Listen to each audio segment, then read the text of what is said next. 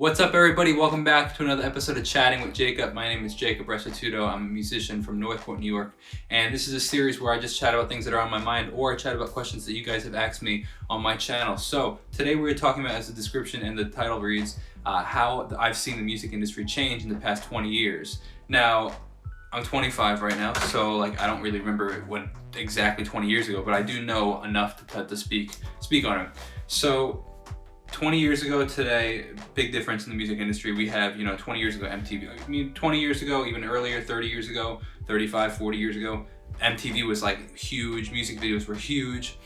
Today, MTV does not have so much of a presence. Even cable in general does not have so much of a presence. It's a lot more online. Things have changed in the sense of how you listen to music. So let's talk about that first. How you listen to music has changed tremendously. Back 20 years ago, we barely started even to buy, music online. It was more CDs.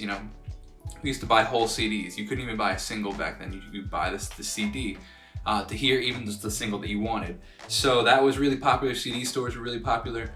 And then early 2000s and stuff, we started buying. iTunes came out with Apple came out with iTunes. We started to be able to buy with MP3s and iPods and stuff.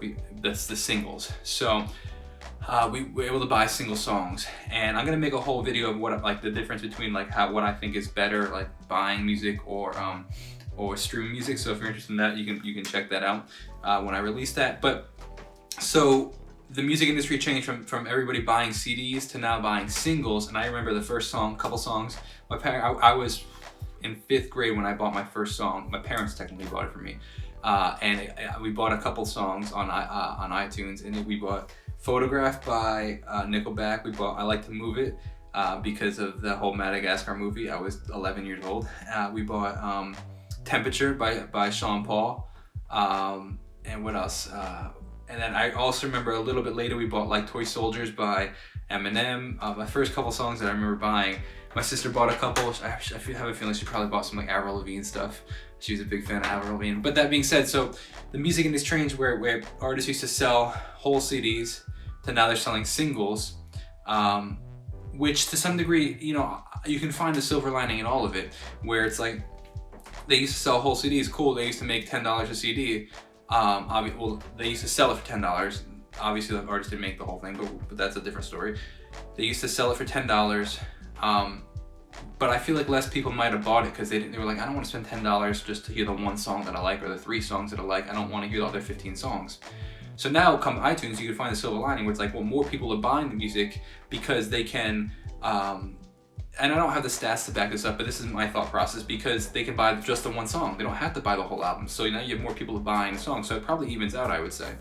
Now we're in the 2020. Things have been very different for the past couple of years. People don't buy music anymore at all. I rarely ever have somebody buy something on iTunes. And I'm okay with that, actually, and I'll explain that in my whole streaming video. But the thought process is so now people don't buy music at all, now people stream.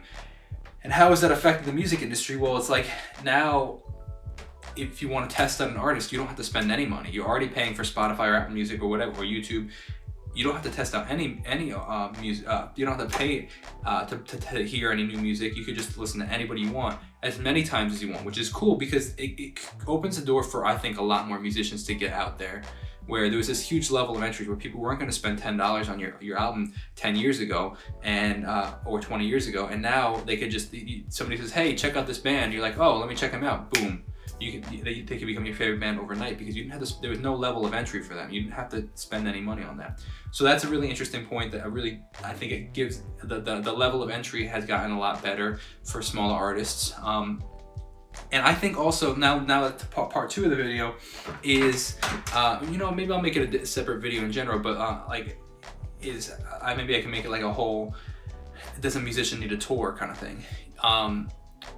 But I think that gigging has changed a lot too. You used to be discovered in the 80s and 90s and stuff, and even beforehand, obviously, but by gigging, by going and playing small little local shows and stuff. But when was the last time you've seen somebody to say, hey, I went to a little local show and saw this great songwriter, I'm gonna start following him? Never. Your friends never say that anymore. They find him online. So I think that's a big mental shift in the industry, and the fact that like people aren't going to shows unless you're like talking like big artists, you know, like they're not going to see local bands anymore.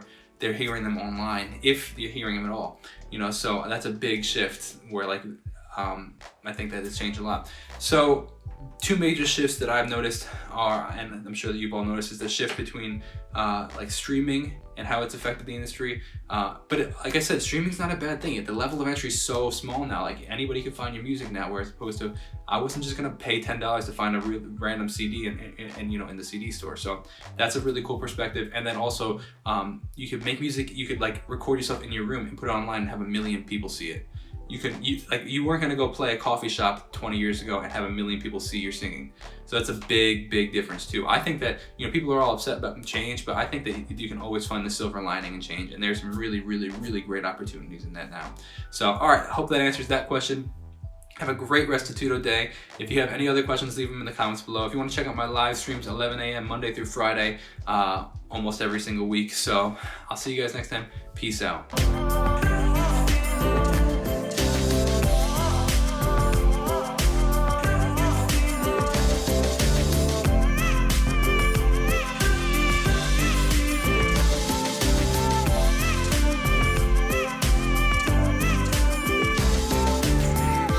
Maybe things can stay the same, or maybe things will have to change.